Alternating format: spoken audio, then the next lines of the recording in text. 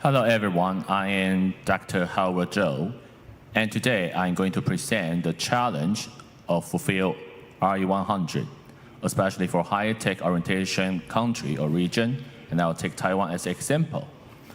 First of all, we can see that it's more than 80% of Taiwan's majority of energy sources are fossil fuels, which means that equalize how the carbon was emission in Taiwan.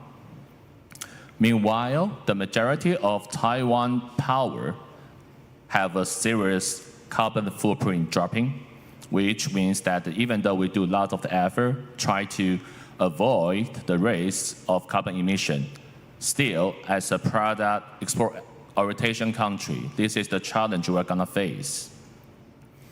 And apparently that the challenge will come in the next 2 to 3 years, as 2026, all the countries will start to face the carbon tax, such as CBAM, CCA, or the domestic carbon credit, carbon tax.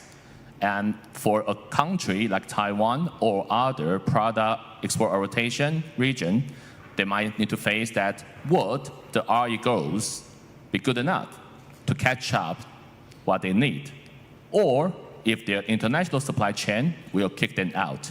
And this risk will totally affect a country's further development of the world.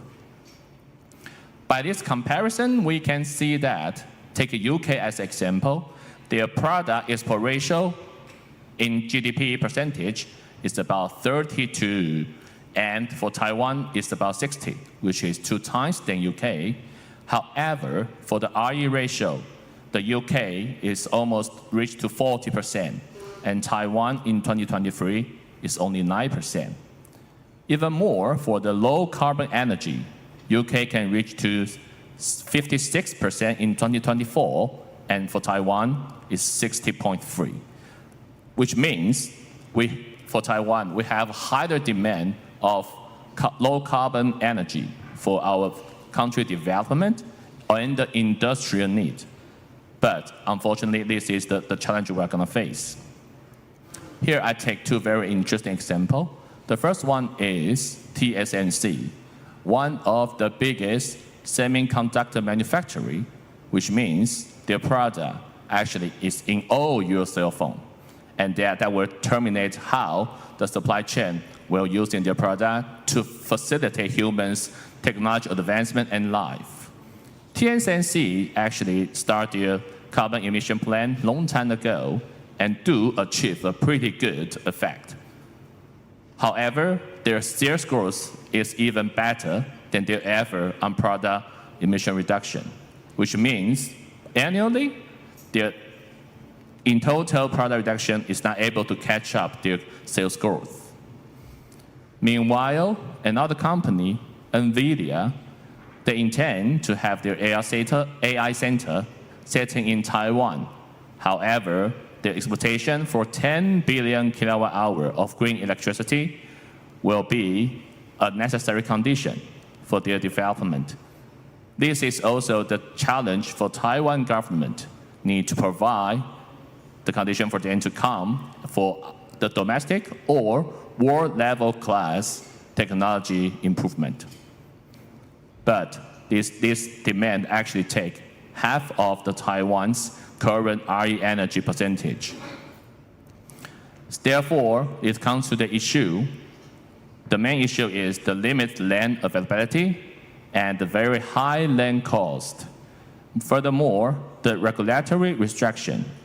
All these things is stopping Taiwan to further develop their solar industry in terms of physical and geographic condition.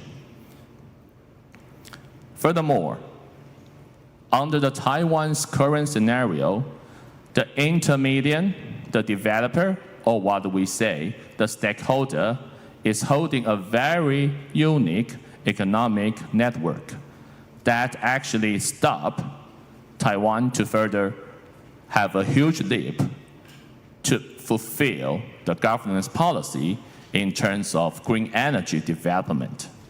In other words, the land cost and the limitation is also equalize to the stakeholder network.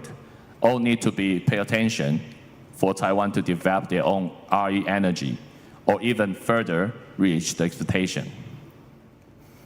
Therefore, a carbon emission reduction value chain will be necessary to include carbon credit trading and also finally help the production orientation countries.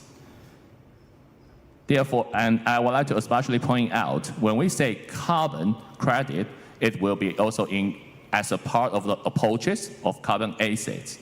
And the circulation is not only for domestic application, it has to be worldwide circulation, because carbon emission reduction is a global plan. It's the global goal for all kinds of human.